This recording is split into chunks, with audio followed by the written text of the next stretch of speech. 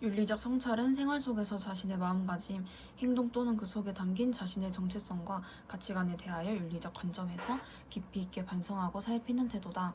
이러한 윤리적 성찰이 우리의 삶에서 무엇이 중요한 이유는 뭘까? 먼저 도덕적 자각을 하게 되는 계기가 될 수 있다. 인간은 가치 있는 것은 무엇인가 라는 물음을 기준으로 자신의 삶을 성찰하고 변화시킬 수 있는 존재이다.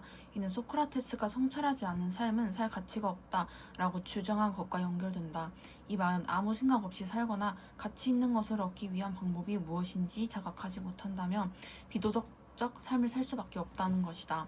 우리는 윤리적 성찰을 통해 자신의 존재를 지각함으로써 도덕적 삶을 살 수 있게 된다. 또한 인격을 함양하는 데 도움을 줄 수 있다. 윤리적 성찰은 자신의 삶을 반성적으로 돌아볼 것을 요구하며 이를 통해 우리는 윤리적 실천력을 높이고 나아가 도덕적 자신의 변화 혹은 성장을 도모함으로써 참다운 인격을 완성할 수 있게 된다. 이처럼 우리는 윤리적 성찰을 통해 어제와 다른 오늘을 살 수 있고 새로운 존재를 거듭날 수 있으며 자신을 올바르게 내세울 수 있다. 먼지 낀 거울을 매일 닦아야 자신의 모습을 제대로 볼 수 있듯이 우리는 지속적인 성찰을 통해 올바른 자아 정체성을 형성할 수 있다. 윤리적 성찰의 방법은 다양하다. 일반적으로 윤리적 성찰은 어떻게 살아야 할 것인지를 고민하고 자신의 도덕적인 관점에서 반성적으로 검토하는 것이다. 이를 통해 우리는 자신의 내면과 외면을 모두 응시하면서 자신의 존재를 자각하고 자기 중심적 삶의 한계를 극복하고자 노력할 수 있다. 우리가 도덕적인 관점을 반성할 때 끊임없이 자신을 향해 다음과 같은 질문을 던져야 한다.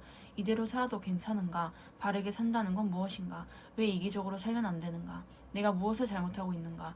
내가 생각하고 믿는 것들이 정당한가? 왜 옳다고 믿는 바대로 살아가지 못하는가?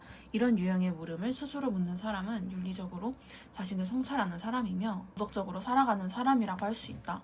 한편 동서양의 풍부한 윤리적 전통에 근거한 윤리적 성찰 방법도 있다.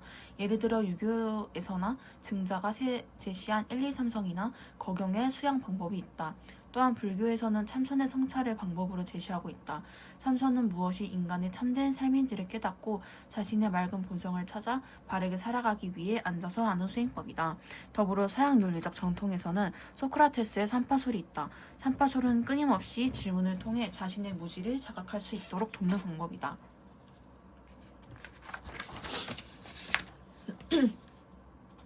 소크라테스는 어느 오후날 당시 아테네에서 존경받던 장군 라케스를 만났다. 라케스는 용기 있는 자는 군인이 되어야 하고 전쟁터에서는 물러서지 않아야 한다는 고정관념에 사로잡혀 있었다. 그런데 소크라테스가 라케스, 참된 용기란 무엇인지 말해주겠소? 라고 질문을 던졌다. 그리고 이어지는 대화를 통해 용기 있는 사람은 전쟁터에서 후퇴하지 않는다는 상식을 깨뜨렸다. 소크라테스는 우선 용기가 있으면서도 전쟁터에서 후퇴한 경우나 후퇴하지 않았어도 용기가 없는 사람이 있는지를 생각해 보았다. 그리고 곧바로 그런 경우를 발견했다. 그는 플라타이아의 전투에서 페르시안군을 맞은 스파르타군은 매우 용맹스러웠지만 계속 후퇴하면서 기회를 보다가 적의 대열에 흐트러진 틈을 이용해 공격하던 승리했던 사실을 떠올린 것이다. 그리고 용기가 있어도 후퇴하는 것이 가능하다는 것을 말해줌으로써 라케스가 지금까지 막연히 믿어왔던 잘못된 상식을 고쳐주었다. 산파는 산모를 도와하기를 잘 나을 수 있도록 하는 기술을 가진 사람이다. 소크라테스는 이러한 산파술을 진리 탐구에 적용하여 상대방이 참된 지식을 깨달을 수 있도록 유도하였다. 그는 지속적 질문을 통해 자신이 막연히 믿고 있는 생각이나 상식이 잘못되었다는 것을 스스로 성찰하고 반성함으로써 검토하게 함으로써 자신의 무지를 깨달아 참된 지식에 이를 수 있게 하였다. 윤리적 삶을 살기 위해 우리는 도덕적 탐구나 윤리적 성찰을 어떻게 해야 할까?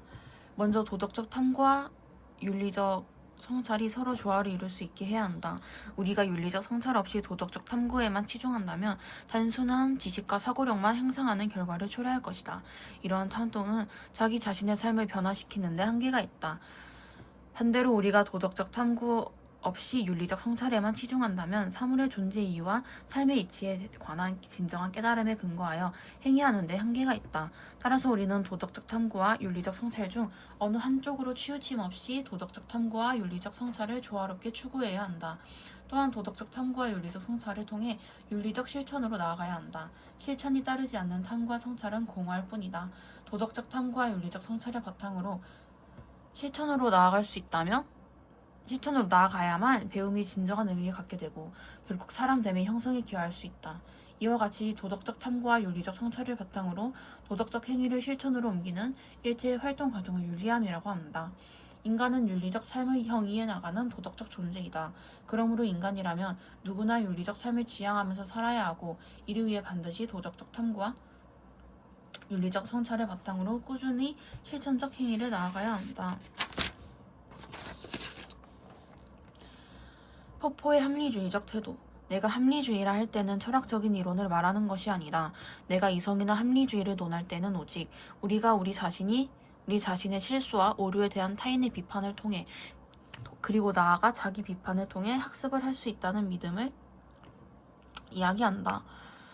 합리주의자는 한마디로 자신이 옳음을 증명하는 것보다 다른 이에게서 배우는 것을 더 중요하게 여기는 사람이다.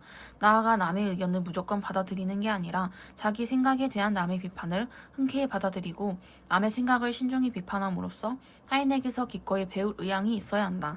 여기서 중요한 것은 비판, 더 정확히 말하면 비판적 논의이다. 인간의 관념에 한해서는 오직 비판적 논의만이 찌꺼기에서 나다를 가려낼 수 있다. 한 가지 관념을 다각도에서 검토하고 타당한 판단을 내리는데 필요한 성숙함은 오직 비판적 논의를 통해서만 얻을 수 있다.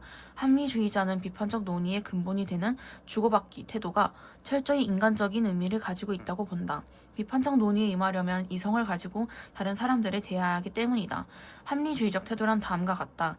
내가 틀리고 당신이 옳을 수도 있다. 진리에 가까이 하는 것이 누가 옳고 그른지 따지는 것보다 더 중요하다는 것을 잊지 않는다는 전제하에 이 논의가 끝날 때쯤 우리 모두 이 문제를 전보다 더 명확하게 볼 수 있길 바라자. 이러한 목표를 염두에 둘 때만 우리는 토론에서 자신의 입장을 최대한 옹호할 수 있다. 해석. 포퍼는 진리에 다가가는 방법으로 합리주의적 태도를 강조한다. 합리주의적 태도란 누가 옳은지 그른지를 따지기보다 자신의 생각에 대한 다른 사람의 비판을 흔쾌히 받아들이고 남의 생각도 신중히 비판함으로써 진리에 더 가까이 다가가려는 태도를 말한다. 또한 그는 합리주의적 태도가 다각적인 면에서 검토하고 타당한 판단을 내릴 수 있는 비판적인 논의를 통해 얻어질 수 있다고 보았다.